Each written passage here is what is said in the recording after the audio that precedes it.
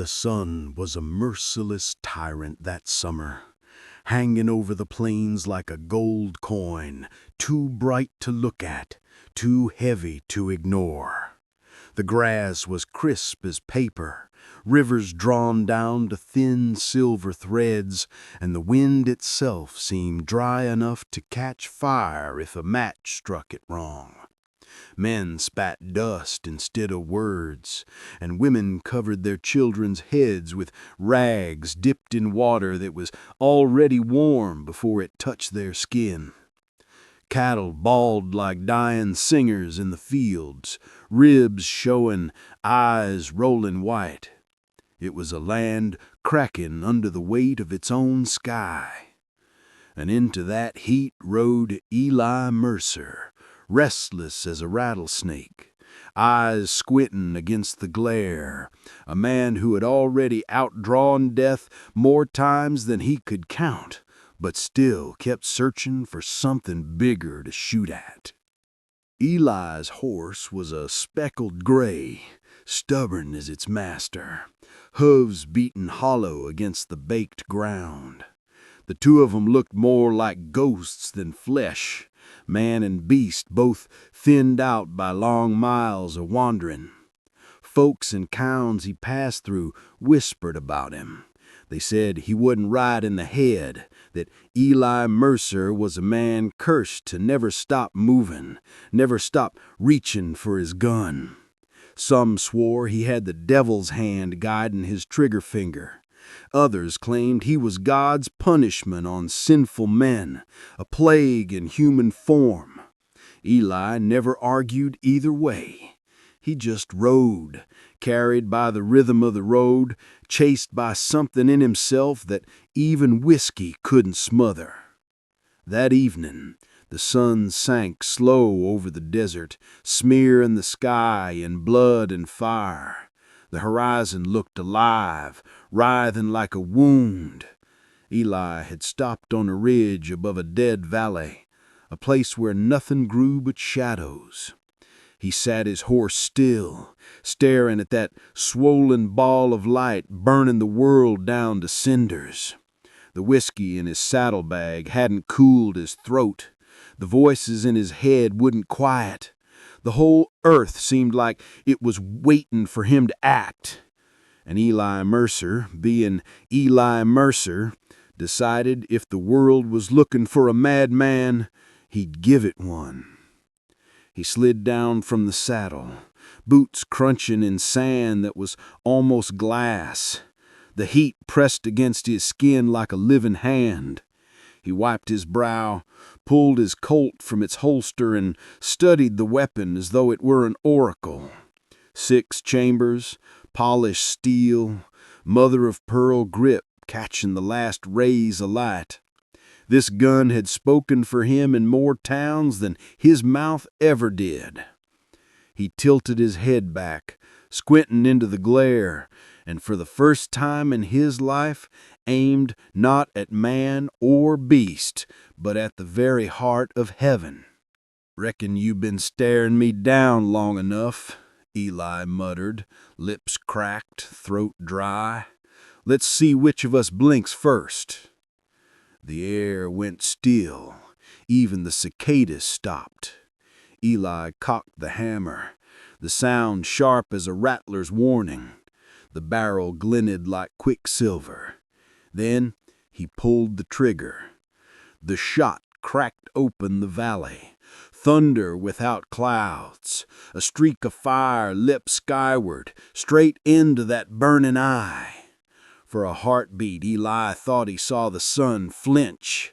Light shivered, flared, stretched the shadows long and wild as if the world had been torn sideways. His ears rang like church bells struck by lightning. His horse screamed, rearing up, eyes rolling white. Eli staggered but did not fall. He kept his gaze fixed on the sky, and in that trembling light he swore he saw it bleed.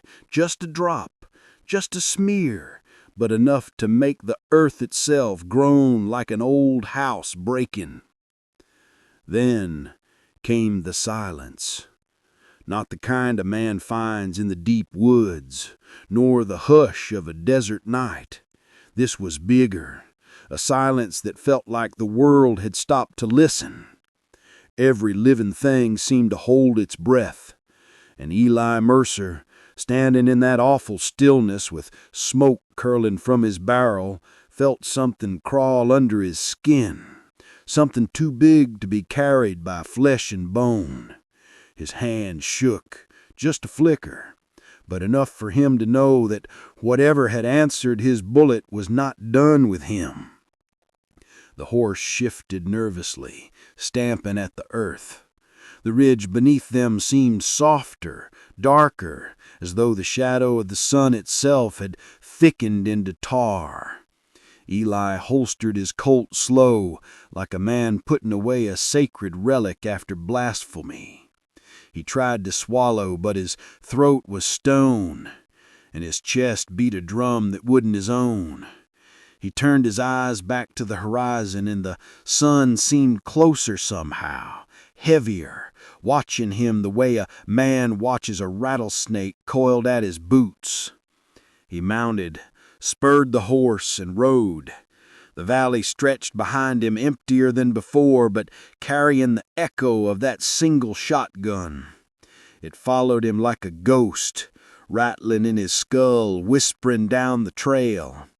He knew he had done something no man was meant to do. He had reached too far, like a thief trying to steal from the gods. But Eli Mercer was not the sort to regret. Not yet. He only grinned, though it looked more like a grimace, and muttered into the cooling air, "Reckon they'll be talking about that one." By the time he reached the next town, the sky had turned a strange copper, neither night nor day. Folks stared at the horizon with fear in their faces, muttering about omens. A preacher at the corner was shouting that judgment had come, that man had sinned too long against heaven. The sheriff sat sweating on his porch, hat pulled low, hand twitching near his holster, though no outlaw had crossed him yet. The cattle in the pens bawled and stomped as though sensing a storm that hadn't yet gathered. Eli tied his horse at the hitching post and walked through that fevered crowd. Every step like a stone dropped in water. Some men nodded at him, cautious. Others spat. One woman crossed herself, eyes wide, whispering, "Devil's rider." Eli bought a drink in the saloon, though the whiskey burned like brimstone and did nothing for the knot in his chest. He listened as the men inside argued. Some said they saw the sun stagger. Others swore they felt the ground shake, that shadows grew longer than they had a right to. A miner with dust caked in his beard spat into the sawdust and said, "World's been cursed. Someone went and pissed off the Almighty." Eli said nothing. He just drank, his hand resting lightly on the Colt at his hip, as though the pistol itself might betray him with its own voice. Deep down he knew the world had changed the second he pulled that trigger, and no amount of whiskey or poker hands could set it right again. When he left town that night, the moon rose pale and thin, but the darkness felt strange, thicker, restless. The stars looked dimmer, as though cowed by some greater fire. Eli rode out into it, the road a ribbon of dust under his horse's hooves. He could feel eyes on him, not just from behind windows, but from the sky itself. The silence had followed, deeper than before, broken only by the creak of leather and the soft hiss of wind. He thought of stories the old-timers used to tell around campfires, about men who challenged heaven, about Icarus and Prometheus, names Eli had only half listened to but now felt burning against his own. He laughed once, low and humorless, and the sound died quick in the night. He had shot the sun, and the world was listening. Somewhere out in the black, A coyote howled. Another answered. Then silence swallowed them too. Eli's horse tossed its head, uneasy. He rubbed its neck and kept riding. His eyes strayed to the horizon where the sun would rise again if it still cared to. He wondered what it would look like come morning. He wondered if it would rise at all. And though he would never admit it, not even to himself, Eli Mercer felt a chill colder than any desert night sink into his bones. For the first time in his life, he wasn't sure his gun had saved him or damned him.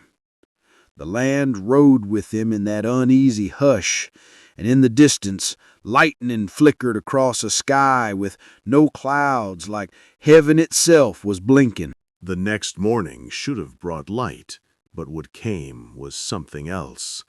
The horizon cracked open like a furnace door, and instead of dawn, a sickly red glow oozed across the sky. The sun rose slow and swollen, not golden, but bleeding, its edges ragged like torn cloth. Its heat hit the land all at once, not gentle, not gradual, but like a fist slamming down from the heavens. The earth groaned beneath it. Chickens shrieked in their coops. Dogs whimpered and crawled under porches. People stepped outside their cabins and squinted into that angry glare, muttering prayers, cursing, some too afraid to speak at all. Something had changed in the heavens, and everyone could feel it in their bones. By noon the air was unbearable. Men collapsed in the fields, sweat boiling on their skin. Cattle bawled and toppled over, tongues lolling, eyes clouded with heat. The wheat bent its head not to the wind, but to the burn of light, stalks curling and snapping until the fields looked more like ash than grain. Wells ran shallow, the water so hot it stung the tongue. Children cried in doorways, their mothers' skirts damp with sweat as they tried to shield them from the glare. The whole town seemed baked, dried, cooked alive under a sun that had decided to turn predator. Eli Mercer rode through it all. The townsfolk watched him from shaded porches and darkened windows, their eyes heavy with blame. They whispered loud enough for him to hear. "That's him. That's the one. The fool who shot the sun." Mothers pulled children close when he passed, as though his shadow might scorch them. Men spat into the dust, hands resting on their belts, but none dared draw. Not yet. Eli kept his gaze forward, jaw tight, hat pulled low. He could feel the weight of every eye, the unspoken truth that he was now the most wanted man in the world, not for his money, not for blood, but for something larger, for daring to pull a trigger on the sky itself. By noon, the heat had driven men mad. In the saloon, two brothers brawled over a bucket of water, smashing chairs and bottles, fists bloody, eyes wild. On the outskirts, a farmer slit the throat of his last mule and roasted it right there in the blazing dirt, muttering that at least they'd eat before everything burned.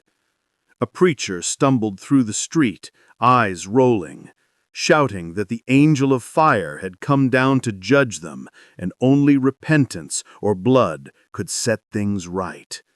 And always, when his words faltered, his finger pointed at Eli Mercer. The people began to nod, their rage looking for a target. That night they gathered in whispers, lanterns glowing, pistols tucked under coats, watching Eli's shadow stretch along the dirt road like it had a life of its own. Eli drank alone at the far end of the saloon, whiskey tasting of smoke, the room so hot the boards sweated sap. He knew the talk, the whispers, the weight of every eye on his back. He wasn't fool enough to think he could outdrink prophecy or outshoot the sky. But what could he do? He had pulled the trigger, and now the world itself seemed set against him. He stared into his glass, the amber liquid trembling like it knew what he didn't. He remembered the way the sun had flinched just for a heartbeat when his bullet struck. He remembered the silence that followed. A man didn't forget that kind of silence. It followed him like a shadow now, deeper than night, louder than thunder. The sheriff finally came. A broad man with sweat dripping down his temples, his badge tarnished and his hand shaking. He stepped into the saloon, the door creaking as though even wood feared to move. Every head turned. The sheriff's boots dragged through sawdust towards Eli's table. "Mercer, folks are saying this hellfire's your doing. Say you pulled iron on the Almighty." Eli didn't look up. He just tilted his glass, watching the whiskey sway. "I ain't my fault the sky's got a thin skin." A nervous chuckle rippled through the room, but it died fast. The sheriff set his hand on his holster. "I don't give a damn what you think you did. People are scared. Scared men turn mean. Mean men turn killers. I can't protect you if they decide you're the reason their babies can't sleep and their wells run dry." Eli finally lifted his eyes, cool as river stones. "Then don't protect me." He tossed back the whiskey, stood, and brushed the dust from his coat. "I ain't gonna be a dumping ground for all of your fears." The sheriff hesitated, then stepped aside. Eli walked past him, out into the furnace night, where even the stars seemed burned out. Behind him, voices rose in angry murmurs. He didn't look back. His boots thudded on the dry earth, his horse shifting nervously in the heat. He saddled up slow, feeling the eyes watching him from the windows. Somewhere a baby wailed. Somewhere a man cursed his name. Eli mounted and rode out, the town shrinking behind him, the road stretching ahead into the dark. He didn't know where he was headed, didn't much care. All he knew was that the world had changed, and every step of his horse carried him deeper into it. The farther he rode, the stranger the land became. Creeks boiled dry, their beds littered with fish cooked in their own scales. Trees stood blackened, bark curling off like burned skin. Coyotes lay dead in the shade, tongues swollen, teeth bared as though they died mid-snarl. Even the vultures circling above fell one by one, wings stuttering, bodies dropping like stones. It was as if the sun had decided that everything under its gaze was guilty, and Eli Mercer was the judge it had appointed. The thought made his stomach twist. He rode on anyway. By the second night, people had begun to follow. Shadows on the ridges, riders keeping distance but never breaking off. Once he spotted a group of 10, maybe more, their torches bobbing like fireflies in the distance. He knew their type, desperate men, whipped by fear, hungry for someone to blame. And who better than the gunslinger who had put a hole in the sky? Eli touched the Colt at his side, feeling its weight, its warmth. The gun felt different now, heavier, like it knew its own sin. He muttered under his breath, not a prayer, but not a curse either.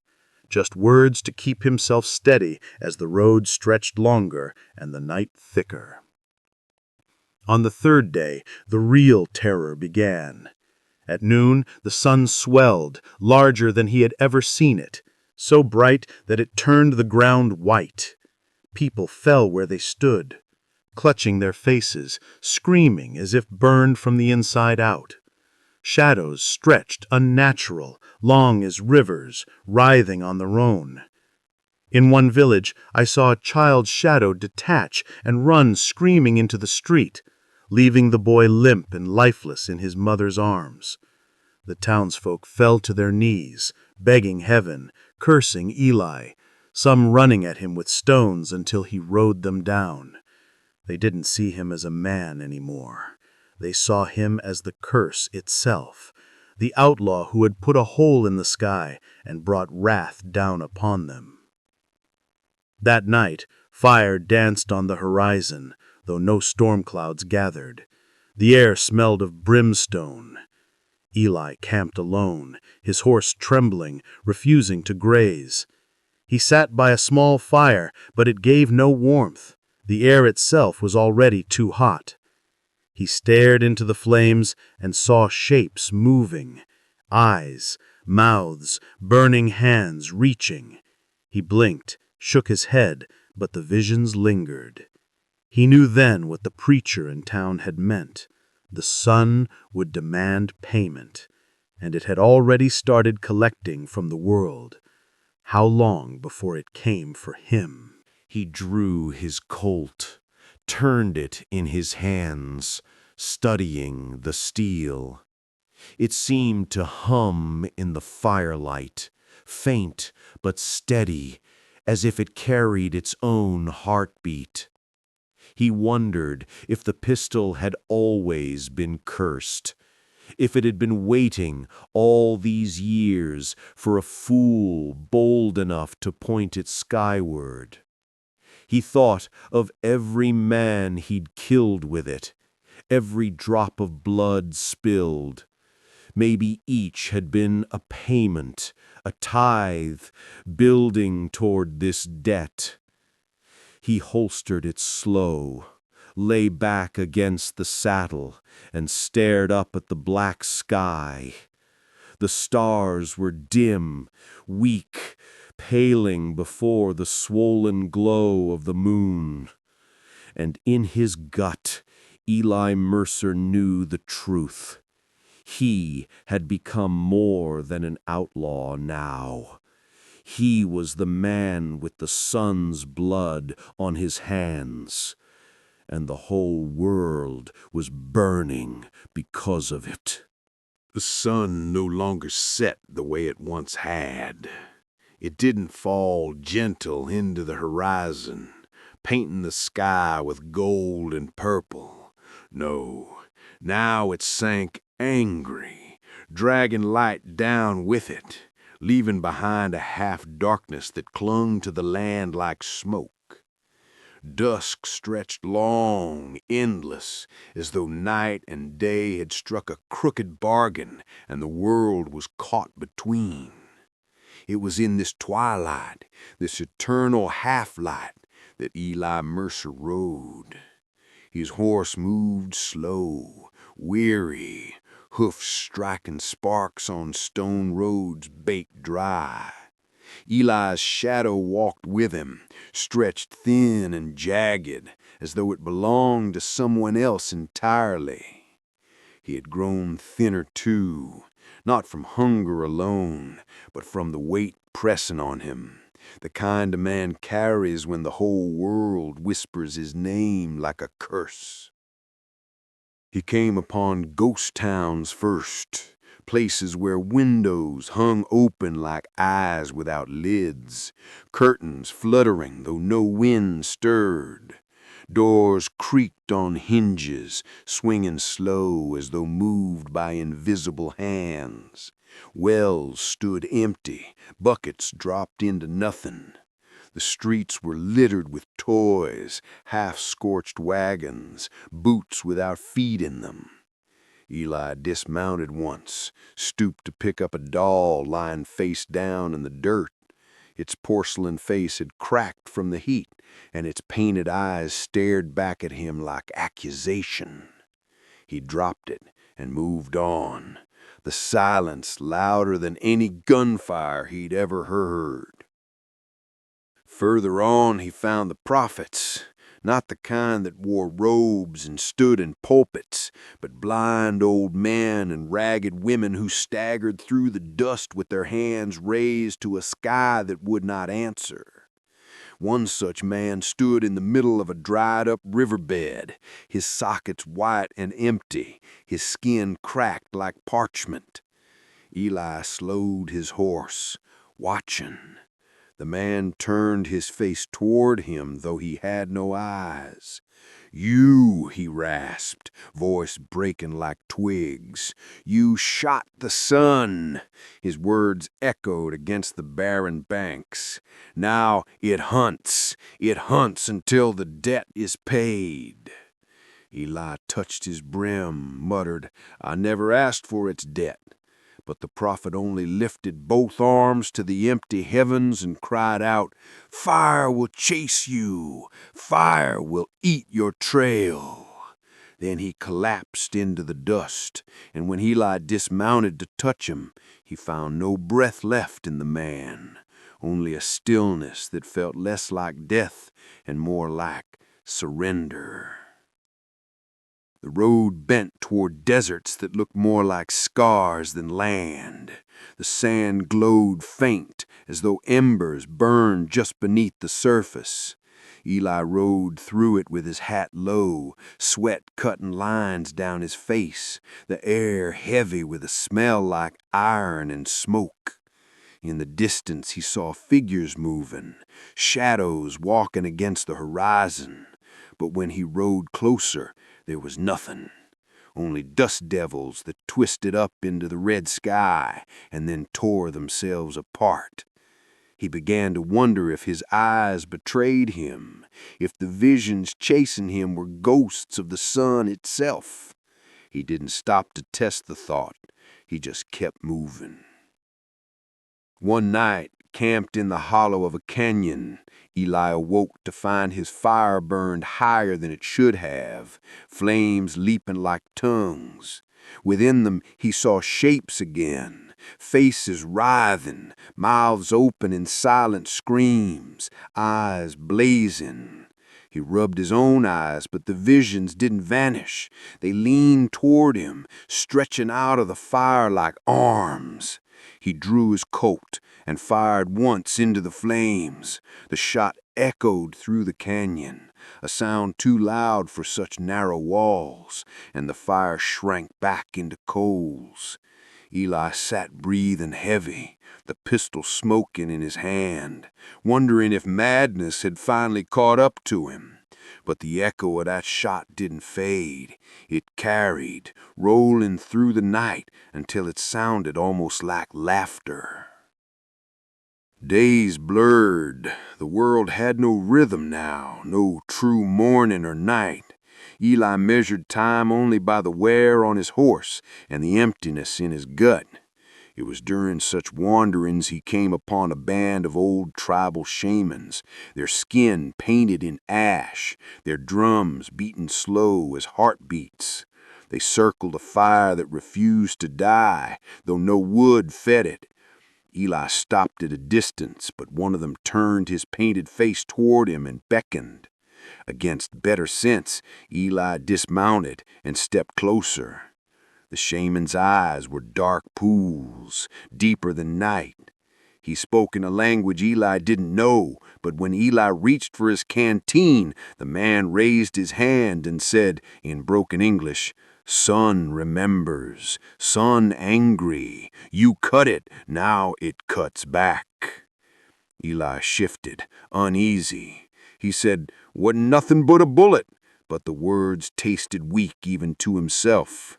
The shaman shook his head. "Bullet not yours, gun not yours, gift of curse. Sun waits long time for hand to carry it. You are that hand." The words sank into Eli like stones. He wanted to argue, but the other shamans began to chant, their voices low and trembling, and the fire between them swelled high, burning blue at the tips. In it he saw again a rider of light, a figure cloaked in flame, astride a horse made of the sun itself. Its head turned toward him, faceless but fierce, and he knew, whether by vision or madness, that the sun would not stop until it had ridden him down. He staggered back, the shamans chanting louder now, almost deafening. His horse screamed and reared. Eli mounted quick and fled the circle, their voices chasing him into the night until they faded into the distance. He didn't look back, but the words of his warning stayed with him, a seed planted in his soul until he couldn't shake off the feeling. The road carried him finally to a preacher, not the wild-eyed kind shouting on street corners, but a gaunt man sitting alone outside a crumbled chapel, his Bible opened on his lap, pages fluttering though no wind stirred. He looked up as Eli rode near, his face hollow, his eyes steady. He said, "Mercer, I've been waiting for you." Eli reined in, suspicion cutting through his weariness. "Don't reckon I know you." The preacher closed his Bible and stood.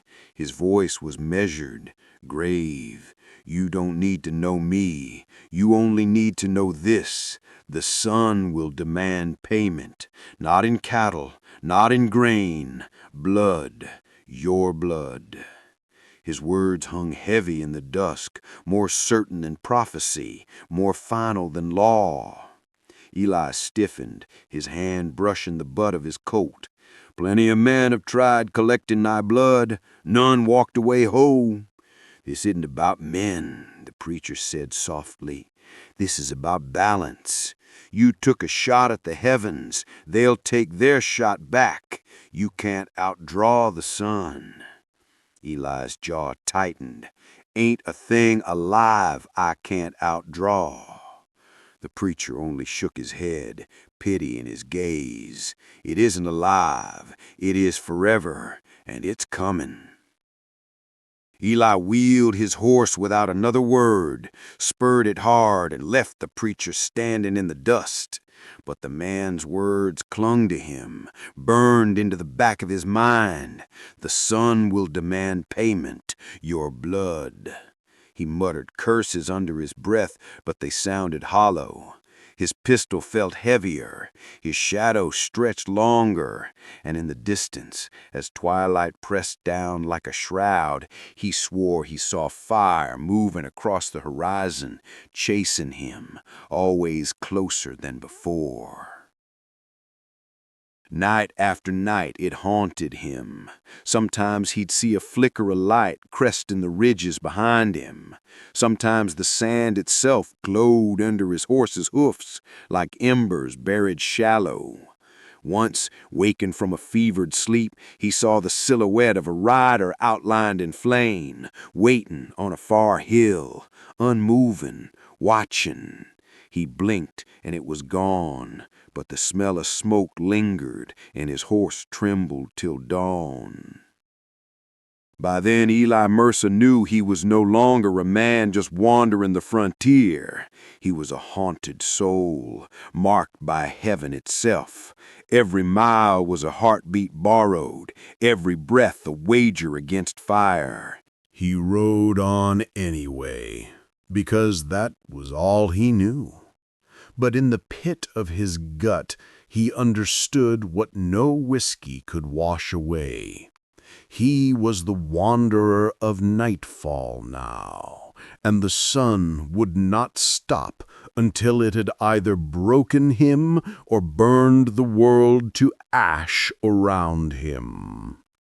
And as the twilight deepened into something endless, Eli Mercer grinned a grim, crooked grin, tipped his hat against the coming blaze, and whispered, "Then let it come." The desert had no mercy left. It stretched wide and endless, a land of bone and dust, under a sky split with fire. Eli Mercer rode into it knowing he wasn't just heading toward another town, another saloon, another night's rest. No, this was different. He felt it in his blood, the same way a man feels thunder before it breaks. every mile his horse carried him, the air grew hotter, heavier, as though the sky itself was lowering to crush him. The horizon burned brighter than it should, not with sunrise or sunset, but with something alive, something waiting. And Eli knew the sun had come down off its throne. It was coming for him. The first sign was the wind. It rushed across the desert like a stampede, hot enough to strip skin, sharp enough to cut. Sand rose in great walls, hissing and screaming, blotting out what little sky remained. Eli pulled his bandana up, squinted through the storm. But even with his hat pulled low, he felt the burn on his cheeks. His horse stumbled, frightened, nostrils flaring wide as it fought against the invisible herd pressing all around them. Eli spurred it forward, teeth gritted, every muscle braced against the gale. Then, just as sudden, the wind broke, leaving behind a silence deeper than graveyards. That's when Eli saw him. At first, it was only a shimmer on the horizon, a ripple of light against the red dusk. But the shimmer grew, rose, solidified into a figure, riding through the desert fire. A rider cloaked in flame, astride a stallion made of pure, burning light. Hooves struck the ground and sparks flew, each step melting sand into glass. The figure had no face, only a blinding glow where eyes should be, a crown of fire streaming like a banner in the wind. The air bent around him, reality twisting with every stride, and though no word was spoken, Eli knew this was the sun itself, come down in flesh, or something worse. Eli's hand drifted to his Colt. The pistol felt heavier than ever, humming faint in its holster, almost eager. He swallowed hard, spat into the dust, and muttered, "Well, reckon you finally showed." His voice sounded thin, almost swallowed by the silence. He drew slow, the metallic click loud as a church bell. The rider of light kept coming, steady, inevitable, each stride cracking the ground beneath. The desert became their battlefield. Empty but endless, flat but broken with shards of glassed sand that glittered like a million mirrors. The rider stopped across from him, the heat so fierce Eli's horse trembled and snorted, trying to back away. Eli tightened the reins, patted its neck, though his own hand shook. He squinted into the blaze, sweat stinging his eyes. He whispered, "You want me? Well, here I am." Then the rider moved. It was faster than lightning, a streak of fire cutting across the desert. Eli fired on instinct, his Colt roaring, bullets streaking like comets. Each shot bent the air, cracking reality itself. One bullet struck the ground, and the desert split open, a fissure blowing with molten fire. Another shot shattered the sky above him, and for a moment Eli saw stars bleed light into the dusk. But the rider kept coming, unbent, unstoppable. The horse of fire screamed, a sound that shook Eli's bones, and the rider swung a whip of pure flame. It struck the ground where Eli had been, exploding sand into glass shards that rained down like knives. Eli's horse reared, nearly throwing him. He clung tight, wheeled, fired again.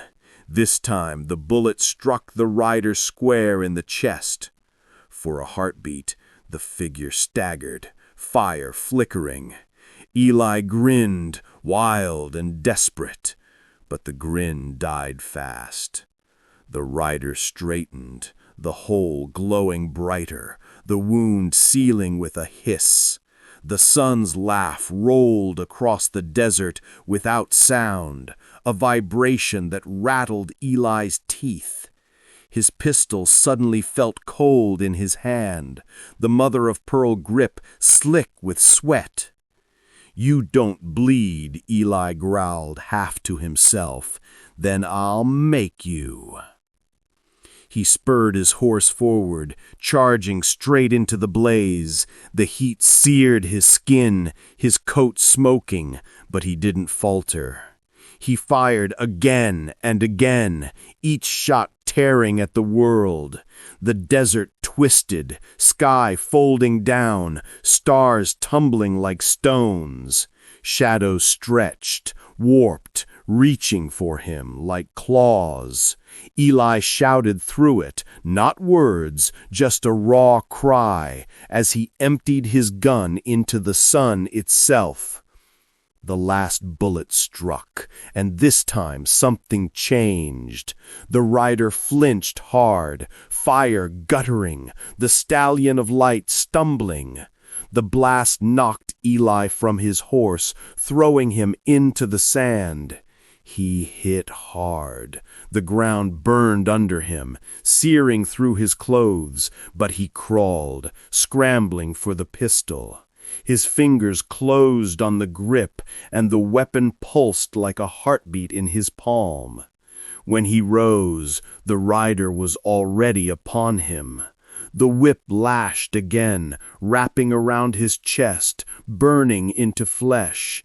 Eli screamed, pain tearing through him, but he lifted the Colt, pressed the barrel straight into the faceless glow, and pulled the trigger. The world shattered. Light exploded in all directions, a white so pure that erased color, sound, thought. Eli felt himself lifted, thrown, torn apart. He saw visions in that light. Every man he'd ever killed, every drop of blood spilled, every choice that led him to this moment. He saw the sun itself, not as a star, not as fire, but as an endless hunger, a god that had burned since time's birth and would burn until time's death. And he saw himself, a speck daring to challenge it, a fool with a pistol thinking he could wound eternity. When the light faded, Eli was on his knees. The desert was gone, replaced by a plane of glass stretching to infinity, reflecting his broken form 1,000 times. The rider stood before him, wavering, fire flickering weak but not gone. Eli's pistol was nearly too heavy to hold, the chambers empty, the steel warped from the heat. His body was scorched, his skin blistered, his chest seared where the whip had struck, but his eyes burned with something else, defiance, stubborn and wild as the land that raised him. "Still standin'," he croaked, blood on his lips. "Ain't over." The rider lifted a hand of fire, and the glass plane cracked, glowing fissures racing outward. The sound was like the earth itself breaking. Eli staggered to his feet, holstered the empty gun, as though refusing to admit defeat. He spat again, a thread of red staining the glass, and glared at the faceless god before him.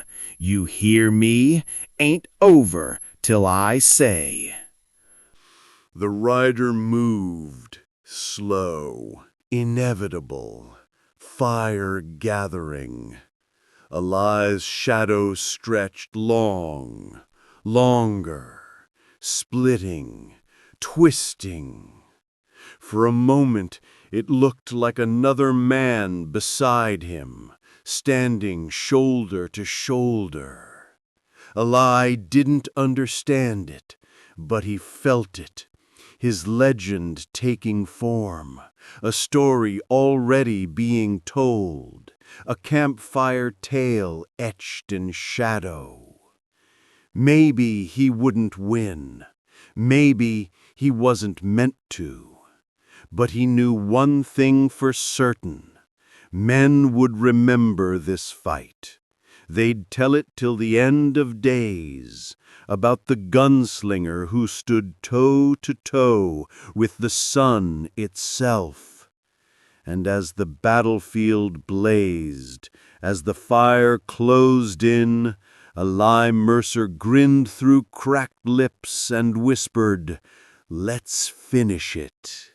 The glass plane burned with cracks of molten fire, the world breaking open under the weight of the duel. Eli Mercer stood alone in the glare, his body scorched, his pistol near useless, his strength slipping like sand through his fingers. Yet he did not fall. The sun's rider loomed before him, flames whipping, light bending until even the stars above trembled. It was not just a man he fought, but eternity itself, the endless blaze that fed the earth. The air hissed and moaned, as if the sky itself feared to watch. Eli swayed on his feet, his boots fused with melted glass, smoke rising from his torn coat. His lips cracked when he breathed. His hands shook when they closed around the Colt. The chambers were empty, the barrel warped, but the pistol still hummed faintly, as though something inside it had not yet finished its work. He looked at it, and for the first time he wondered if he had ever owned it at all, or if it had owned him. A cursed gift, a devil's bargain, steel forged to break worlds. The rider lifted a burning hand, and the sky split open, spilling rivers of fire across the horizon. The world groaned like an old ship cracking apart. Eli felt it in his chest, deep, the way a man feels death before it arrives. He knew then that he couldn't keep fighting. Not with bullets, not with steel, not with anything a man could hold.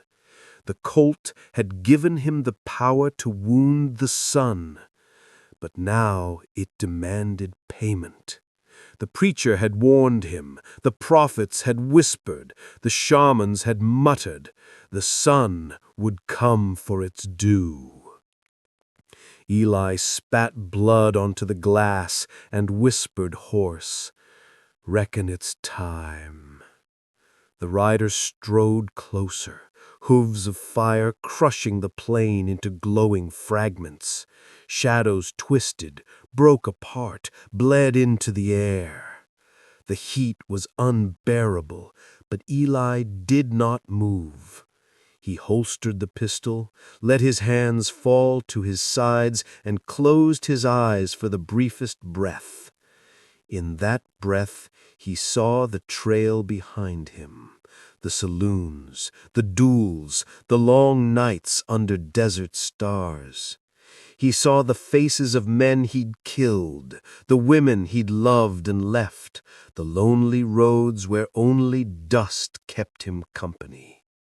He saw himself not as a hero nor a villain, but a man who had chased too far, wanted too much, and pulled the trigger on the sky. The Colt pulsed again, stronger, a heartbeat that shook his bones. Eli drew it one last time, raised it not at the rider, but at himself. His finger hovered, trembling, the weight of all the world pressing down. He understood now. The colt wasn't meant to kill the sun. It was meant to balance it, and balance demanded sacrifice. The rider slowed, tilting its blazing head as though waiting. Eli chuckled, dry and broken, his voice carried on the hot wind. "Guess it always ends with me." He cocked the hammer. The sound was louder than thunder, echoing across the broken sky. Then, with steady hand and steady eyes, Eli Mercer turned the barrel inward and pulled the trigger.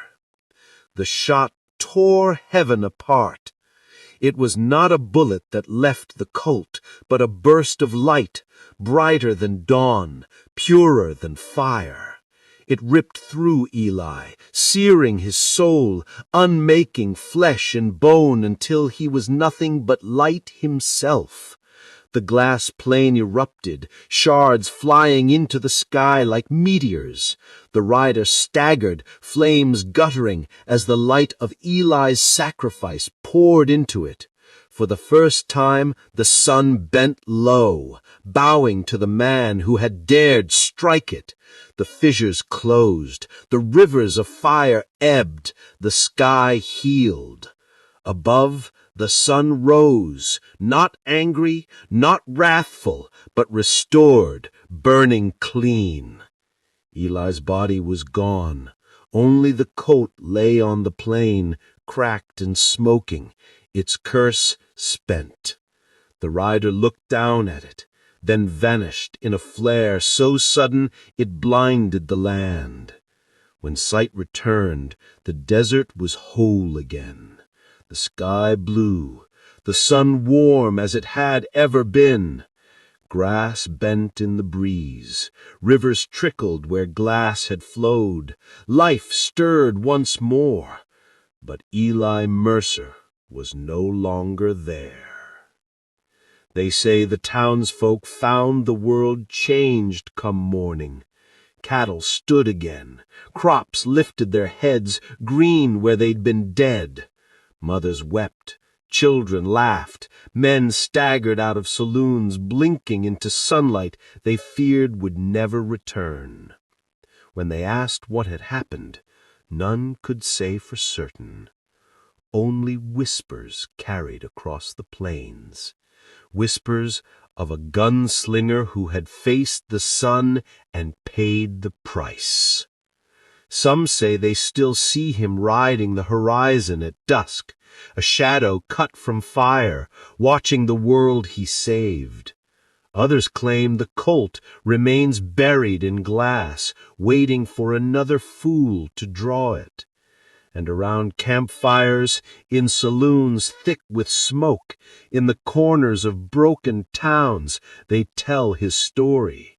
They speak of Eli Mercer, the man who shot the sun, the wanderer who faced down God's own fire and chose to give himself instead of the world. The story never ends the same way. In some tellings, he died a hero. In others, he became a ghost, a rider of night who follows the sun to make sure it never forgets him. But always the story carries the same lesson. A man may reach higher than he ought, but when the reckoning comes, it's not the fight that matters. It's what he gives in the end.